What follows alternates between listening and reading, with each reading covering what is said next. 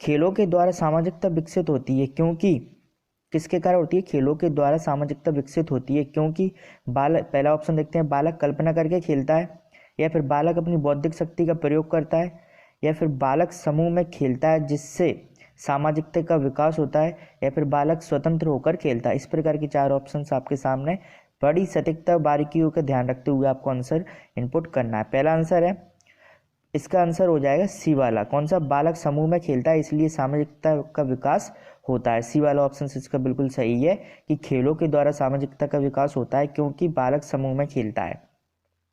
अगला प्रश्न देखिए, बालक के अधिगम सिद्धांत को प्रतिपादित किसने किया था? जो बालक का अधिगम सिद्धांत है उसको प्रतिपादित किसने किया था? जेम्स ड्रेवर ने, रॉबर्ट रिचर्डसन सीयर्स ने, या क्लॉर्क हॉल ने, या फिर मैकडूगल ने? किसने किया था बालक के अधिगम सिद्धांत का प्रतिपादन? वो किया था रॉबर्ट रिचर्डसन सीयर्स ने किया था। ठीक है, बी वाला आंसर बिल्कुल ही सही हो जाएगा, अधिगम का सिद्धांत। तीसरा क्वेश्चन देखिए, किशोरावस्था की विशेषता में शामिल नहीं है। बाकी की तो 3 अवस्था इसमें किशोरावस्था की विशेषताएं हैं, लेकिन एक विशेषता नहीं है। देखिए, संवेगों की अधिकता विशेषता है, कल्पना की बहुलता विशेषता है, मानसिक विकास की विशेषता है किशोरावस्था की, लेकिन संचय की प्रवृत्ति किशोरावस्था की विशेषता नहीं है। तो बी वाला ऑप्शन बिल्कुल सही हो जाएगा। अगला प्रश्न देखिए, मनोविज्ञान को किसके विज्ञान के रूप में परिभाषित किया जाता है? मन के, आत्मा के, व्यवहार के, या इस सभी के? अब देखिए, इसमें है ना, एक मैं आपको बता दूं कि इसमें 2 उत्तर इसके बिल्कुल सही हैं और एक गलत है। इस प्रकार के प्रश्न भी आपको परीक्षा में मिलेंगे। मैंने जैसे कहा कि परीक्षा फॉर्मेट के आधार पर पूरा प्रश्न आपको तैयार किए गए जिससे कि आपकी परीक्षा में बिल्कुल भी गलती ना हो, क्योंकि देखिए कोई भी परीक्षा हो 100% बिल्कुल ही सही नहीं होती है। इसलिए देखिए उस ऐसे क्वेश्चंस भी मिलेंगे जिसमें 2 ऑप्शंस बिल्कुल सही हैं। तो जो मनोविज्ञान में जो विज्ञान का अध्ययन किया जाता है उसके विषय होते हैं, देखिए एक तो मन आप लगा देंगे कि हाँ मन सही है, या फिर आप लगा देंगे ए सभी सही है। तो नहीं, देखिए मनोविज्ञान में मन सही है और व्यवहार सही है। तो बी, ए और सी वाला आंसर इसमें बिल्कुल ही सही है, क्योंकि पहले क्या था, मनोविज्ञान में हम केवल मन का ही अध्ययन करते थे। किसका करते थे? मन का। लेकिन वर्तमान में मनोविज्ञान में हम क्या मन का और साथ साथ व्यवहार का भी अध्ययन करने लगे हैं। तो इसका ए एवं बी दोनों आंसर बिल्कुल सही हो जाएंगे। एक प्रकार के अगर आपसे ऑप्शंस मिलते हैं आपको, तो आप क्या लगाओगे? डी वाला आंसर इसमें लगाओगे। एक या दो, एक से ज़्यादा ऑप्शन अगर सही है तो आप डी वाला आंसर इसको लगाओगे। ठीक है, नहीं तो बाद में आपको तो बोनस अंक तो फिर मिलना ही है। चलिए नेक्स्ट क्वेश्चन देखते हैं, बच्चे को कैसे रंग पसंद आते हैं? बच्चे को कैसे रंग पसंद आते हैं? ऑप्शन सी है चमकीले और चटक रंग जैसे लाल, पीला, गुलाबी, हरा, या फिर बच्चों को रंगों की पसंद ज्ञात नहीं होती, या फिर बच्चों की पसंद का लाल रंग होता है, या ऐसे मोहक और चटक रंग जिससे उसे माँ की ममतापूर्ण भावना का एहसास होता है। तो देखिए, जो वर्तमान में शोध के मुताबिक, शोध के अध्ययनों से पता चला कि जो बच्चों को रंग पसंद आते हैं वो आते हैं एकदम चमकीले एवं चटक रंग, लाल, पीला, गुलाबी या हरा।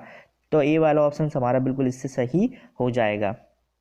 अगला प्रश्न देखिए, मनुष्य को जो कुछ बनना होता है प्रारंभ के 4 से 5 वर्षों में ही बन जाता है, यह कथन किसका है? मनुष्य को जो कुछ बनना होता है वह 4 से 5 साल के वर्ष में ही बन जाता है प्रारंभ के में। यह कथन किसका है? क्रो का, फ्रॉइड का, न्यूमैन का, या फिर एडलर का? किसका कथन है? ये फ्रॉइड का है। किसका है फ्रेंड्स? फ्रॉइड का है। तो बी वाला आंसर बिल्कुल सही हो जाएगा। अगला प्रश्न देखिए,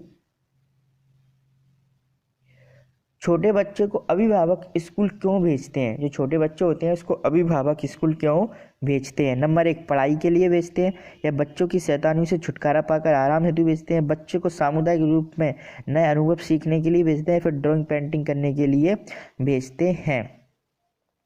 तो देखिए, जिसका जो आंसर हो जाएगा वो सी वाला आंसर बिल्कुल ही सही हो जाएगा।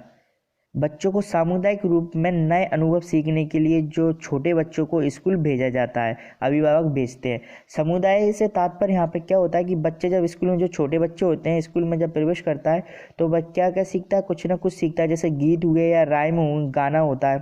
तो राइम गाना या गीत गाना, या फिर लाइन में खड़े होना, या मिलते जाते समय एक दूसरे से जब मिलते हैं दूसरे को जाते हैं तो प्रणाम करना, नमस्ते करके जाना। तो इस प्रकार के जो कार्य होते हैं वो बच्चा शब्दों को सीखता है। तो बच्चे को सामुदायिक रूप में नए अनुभव सीखने के लिए अभिभावक स्कूल भेजते हैं। तो सी वाला ऑप्शन हमारा बिल्कुल सही हो जाएगा। नेक्स्ट क्वेश्चन देखिए, बच्चे किसके सानिध्य में बेहतर सीखते हैं? बच्चे होते हैं किसके सानिध्य में सबसे बेहतर सीखते हैं? टीवी देखकर, दादा दादी की दुलार पाकर, मम्मी पापा की डांट खाकर, या स्कूल में शिक्षक के पास अपने समूह में रहकर। तो आंसर कौन सा? डी ही वाला हो जाएगा इसका। स्कूल में समूह में है रहकर सीखते हैं। घर में वो बच्चे कम सीखते हैं क्योंकि वो मनमानी ज़्यादा करते हैं और इस प्रकार स्कूल में ऐसा माहौल उनको नहीं मिलता है, तो वो डांट कर भी अच्छे से सीखते स्कूल में ही, समूह में रहकर।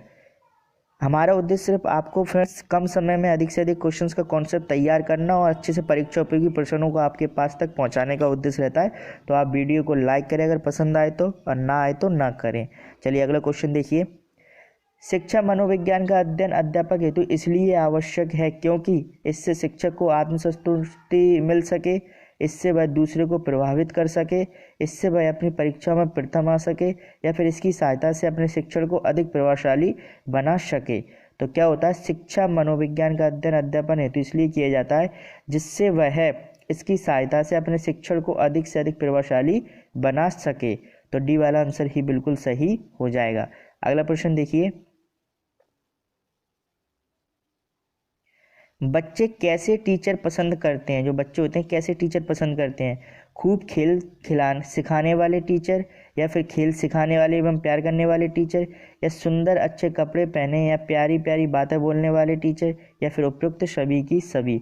तो देखिए तीनों हमें सिर्फ बच्चों के ध्यान में रखकर कॉन्सेप्ट को इसको क्लियर करना है। तो बच्चों को ध्यान में रखेंगे तो देखिए उनको खेल सिखाने वाले भी होने चाहिए, उनको प्यार करने वाले भी होने चाहिए, सुंदर कपड़े प्यारी प्यारी बातें करने वाले। तो ये सभी की सभी सही हो जाएगा। तो डी वाला आंसर बिल्कुल सही हो जाएगा। चलिए नेक्स्ट क्वेश्चन देखते हैं, सामाजिकरण की प्रक्रिया में शिक्षक के उत्तरदायित्व में शामिल है सामाजिकरण, वातावरण का निर्माण करना, सामूहिक कार्यों को प्रोत्साहन करना, सांस्कृतिक कार्यों का प्रोत्साहन करना, या फिर ये सभी की सभी। तो ये तीनों ही बिल्कुल सही हो जाएंगे। ठीक है, सामाजिक वातावरण का भी निर्माण करना, सामूहिक कार्यों को प्रोत्साहन करना, या सांस्कृतिक कार्यों को भी प्रोत्साहन करना। तो डी वाला आंसर बिल्कुल सही हो जाएगा। नेक्स्ट क्वेश्चन देखिए, बच्चे जिद्दी क्यों होते हैं? बच्चे जिद्दी क्यों होते हैं? ऑप्शन से एक देखते हैं, जब परिवार में माँ बाप में अंतर व्यक्ति संप्रेषण सही नहीं होने से उन्हें बार बार डांट सहनी पड़ती है, या फिर बी वाला ऑप्शन देखिए, जब बच्चे की मनमानी पूरी की जाती है, सी है बच्चे को दूसरे से मिलने नहीं दिया जाता, या फिर दादा दादी या अन्य परिवार लोगों को गलत कामों में छत्र छाया मिलती है। तो ये सारे जो लास्ट के हैं वो तीनों की तीनों सही सटीक नहीं बैठते हैं। ए वाला ऑप्शन हमारा बिल्कुल ही सही बैठता है। जब परिवार में माँ बाप में अंतर व्यक्ति संप्रेषण सही नहीं होने से उन्हें बार बार डांट सहनी पड़ती है। अगला प्रश्न देखते हैं, बालिकाओं का भाषिक विकास बालकों में उच्च रहता है सभी अवस्थाओं में, सेशन अवस्थाओं में, बाल अवस्थाओं में, या फिर किशोर अवस्था में? किस अवस्था में रहता है बालिकाओं का भाषिक विकास? तो वो रहता है बाल अवस्था में। किस में रहता है? बाल अवस्था में। चलिए नेक्स्ट क्वेश्चन देखिए,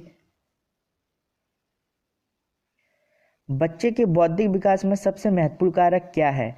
सामाजिक परिवेश एवं परिवार में प्राप्त अनुभव है, या फिर प्राकृतिक रूप से स्वाभाविक विकास है, या स्कूल में परिस्थितिजन्य प्रयास है, या फिर इनमें से कोई सा नहीं?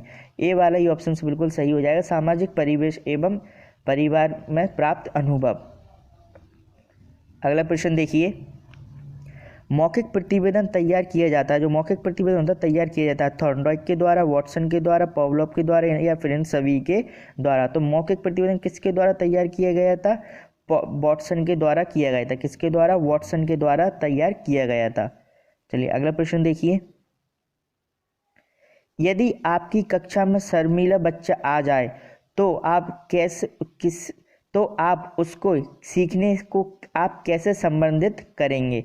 यदि आपकी कक्षा में शर्मीला बच्चा आ जाए तो उसके सीखने को आप कैसे संबंधित करेंगे? नंबर एक ऑप्शन देखिए, बच्चे का शर्मीलापन छुड़ाने का प्रयास करेंगे? नहीं। बच्चे के माता पिता को इसकी सूचना देंगे? नहीं।